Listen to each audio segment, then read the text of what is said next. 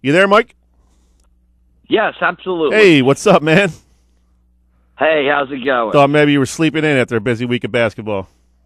Nah, just fumbled with the phone. I don't have the hands I used to, so there you go. Oh, man, so what's going on? We were just giving the listening audience a rundown of the Cape Atlantic League Final Four on the boys and girls side. Not a whole lot of upsets, although one that really sticks out in my mind is Ocean City boys beating Millville 70-63. They go on the road. This is a team that got really hot the last 2 weeks and kind of overtook Mainland for the Cape Atlantic League National Conference Championship, and really a team that's could give St. Augustine Prep a run for its money the way they hit the three. Yeah, Ocean City has played very well. Like you said, the past 2 weeks, a really balanced scoring attack. Donovan Graham, Gannon Brady, Joey Sacco at the point guard situation. Of course, the outside shooting of Luke Varallo, who is the school's career three-point leader with I think he's got 110, 111 three-pointers. So playing well at the right time of the year. They go to Millville and win a big game out there as the number 6 seed, and now they have a big test against a St. Augustine Prep team that had Charles Solomon get his 1,000th point earlier this week. Andrew Delaney got his 1,000th point last night. You have a St. Augustine Prep team that I think is playing its best basketball of the season so far, and they're playing their best basketball of the season at the right time. You know, last week at Paul VI, on that Saturday, they had a great game with Haddonfield, the defending State Group 2 champion, took Haddonfield right to the wire. They beat Millville earlier this week in a league game, a lopsided win against Mainland Regional last night. So you have a St. Augustine Prep team that is really kind of peaking at the right time. Mike, I wouldn't be surprised if Coach Rodeo starts running double sessions here as we get into the postseason. Well, he certainly has, with over 900 career wins, and I believe it's 4 or 5 state titles. He knows what it takes to win this time of year.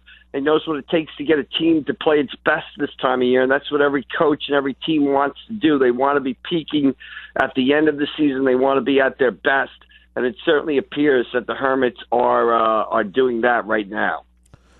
I'll tell you what, Mike, I've been really impressed with the job John Bruno's done the last 2 years. I mean, he had his first 20-win season last year. I think he's won about 36 games in the last 2 years. And this team is really a tough matchup because not only can they shoot the ball from the outside, they find ways to get the ball into the interior as well. So that's going to be a tough matchup for St. Augustine Prep. I know Coach Rodeo by no means is looking past Ocean City. He knows what he's got to deal with. Yeah, it's been a great season for John Bruno in Ocean City. I believe they might be at 19 or 20 wins right now. I know they only have 3 losses.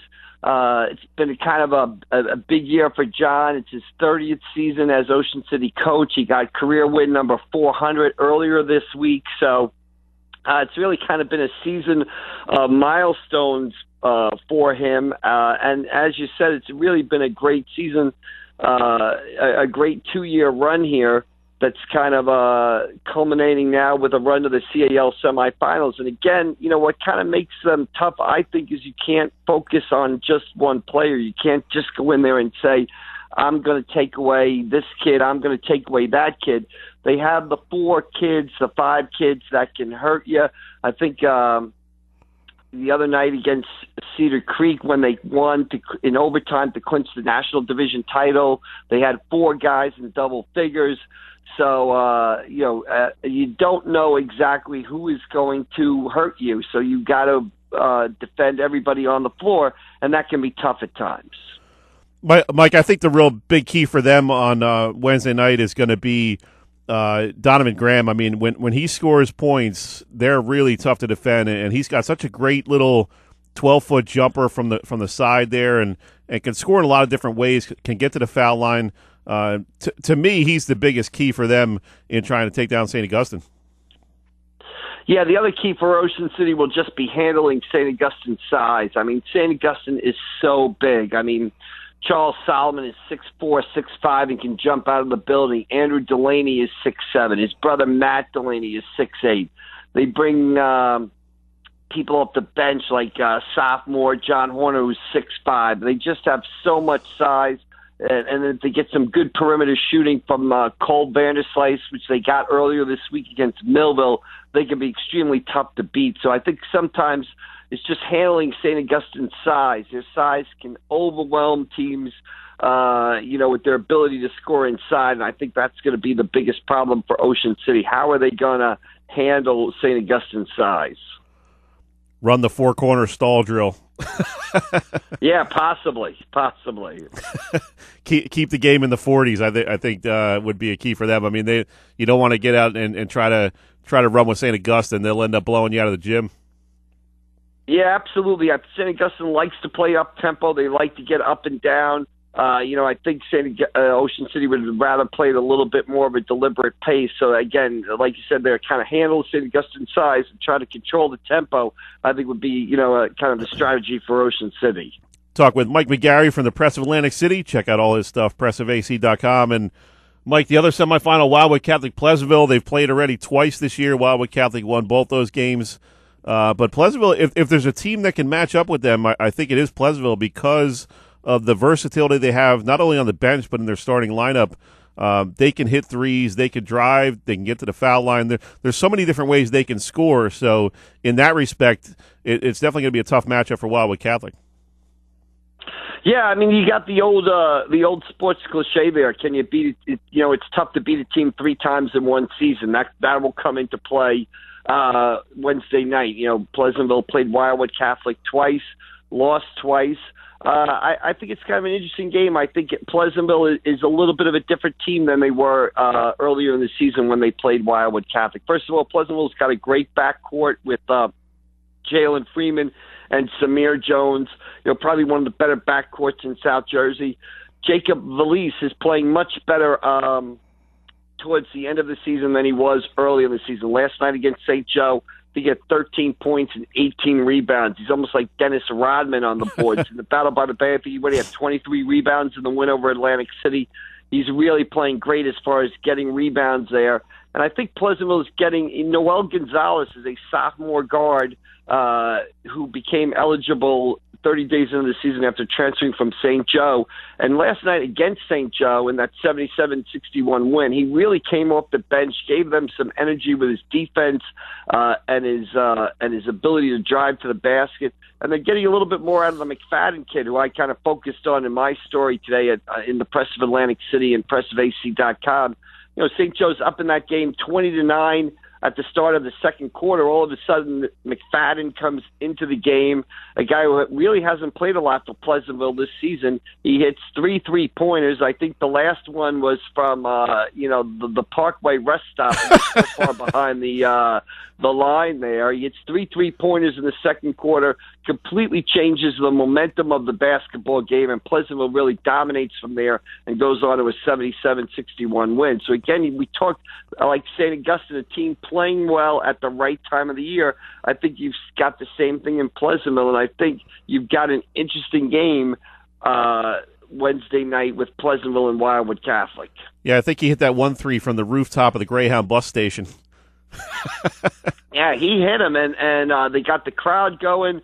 They got his teammates going, and they didn't really, the net barely moved when they went through and stuff. So those 3-point shots really changed the momentum of the game, and Pleasantville, really ran out from there. So, obviously Pleasantville, their second straight trip to the Final Four. They were in it last year, lost to Atlantic City. This year they're back again against Wildwood Catholic, and a Wildwood Catholic team that, did what they had to do against Lower Cape May last night. A Wildwood Catholic team that's 23-1. We've talked about them all year. Taj Fleet, Jaleel White, Jacob Hopping, Jake McGonigal. We know what they're about, and we know how good they are, but I think it's an interesting game Wednesday night at Absegami, as Pleasantville takes their third shot at Wildwood Catholic. Mike, very interesting game on Thursday at St. Augustine Prep, the 5 o'clock game, Wildwood Catholic girls versus Ocean City. Wildwood Catholic went on the road and beat Atlantic City by 1 last night. That's a team that they had some struggles in the middle of the season, lost out on the division title to Middle Township. But they have a lot of talent, and they've started to play pretty well here in the last 2 weeks or so. That's going to be a really tough matchup for Ocean City. Yeah, I think you've got two great games in the girls' Final Four, and really a great night of basketball at St. Augustine Prep on that Thursday that I'm really looking forward to. You have that Ocean City Wildwood Catholic game, and then you've got Mainland, the number one seed, playing a Middle Township team that I think has won 14 or 15 in a row, beat ACIT last night. Kira Sides gets her 1,000th career point. Mainland and Middle played earlier this season. I was at that game. They played twice this season. Both times were tough. I was at one game where they played in the Southern Regional Tournament. Close game, really decided in the fourth quarter. I think you've got two games on that Thursday night at Absegami that are really going to be decided in the fourth quarter. Really two outstanding games. You mentioned Wildwood Catholic girls. They go to Atlantic City and win last night. I think Gabby Turco hit some big free throws in the final seconds to give them the win. And she's really been a difference in that Wildwood Catholic team. They're 21-3. Gabby Turco transferred in from Washington Township this year. Her family is from the Wildwood area. And she's really made an extra difference. She's given Wildwood Catholic that extra scorer that they need. They have the great sophomore Mariana Papa. I'm not sure kind of how to say her last name there. I always struggle with names. I can spell them. I'm not sure how to say them. But, you bring in Gabby Turco, and they give her another score to complement Mariana, and that makes Wildwood Catholic even very tough. I think they're 21-3. Two of the losses are to Middle Township, both in close games. So that'll be a great game, them against Ocean City. Ocean City played well last night, in beating an Oakcrest team that kind of hung in there against them and played well. And Ocean City, able to advance to another Cape Atlantic League semifinal. Mike, I was kind of surprised that Wildwood Catholic girls were a 6th seed coming in with 20 wins. I mean, I don't know how they dropped that far, but I thought they probably should have been at least the number 5, maybe 4. But they obviously took care of business on the road. So, like you said, there's going to be a couple great games next week. Well, yeah, I think they're a dangerous number 16. I can see why they were number 6. Middle Township, which won the division and had beaten Wildwood Catholic twice, was a 4. Atlantic City was the 3 seed. Atlantic City had nipped Middle Township at the Seagull Classic back in January and had won the American division. That's probably why Atlantic City got the 3. So I kind of agree with the seeding. But again, when I looked at the that 6-3 matchup, I saw Wildwood Catholic going there. I knew it would be a tough game, and for Wildwood Catholic, credit Steve DePatry, the coach of Wildwood Catholic, a longtime coach, has been around forever, coached at Sacred Heart, before it closed, led Sacred Heart to state championships, led Sacred Heart to a Cape Atlantic League championship. Another coach, like we talked about in Paul Rodeo, DePatry is another coach who knows how to get his team ready to play this time of year. Obviously, the Crusaders were ready last night, and, I'm sure they'll be ready Thursday night against Ocean City. Good stuff, as always, Mike. We're going to see you out there at Williamstown today for District 31 Wrestling. I will not be at Williamstown. We will be out there. There'll be full coverage in the press of Atlantic City. I believe John O'Kane will be taking center stage and then everything else for us. I'm going to rest up and get ready for those Cape Atlantic League semifinals on Wednesday and Thursday of next week, and maybe a little mainland swimming in between. There you never go. know. You got my man Patrick on some wrestling today. Possibly. I think he might be controlling things from the office, chasing some things down. Cool. Patrick did a great job last night tracking down those Cape Atlantic League games that we weren't at, getting a lot of information on those. That's up on our website and in our paper. So, great job by him. Kid's a great kid, man. He's a grinder. You love to see some young reporters coming into the scene. Yeah, absolutely. Yeah, absolutely. And you love to see, over the years, we've had some great kind of part-timers work with us and go on to some great things, different sort of careers and everything else like that. It's great to see, and it's great to see, Patrick with what he's been able to do for us, and we really appreciate all he has done for us so far. Good stuff, Mike. Take a breath. We got a lot more to go in the next couple of weeks, so we'll be counting on you to give us the inside information on all this hoop stuff as it unfolds over to the end of February and into early March. All right, I'll be there. Thanks, Sully. Anytime. See you down the road. You got it. Thanks, Mike.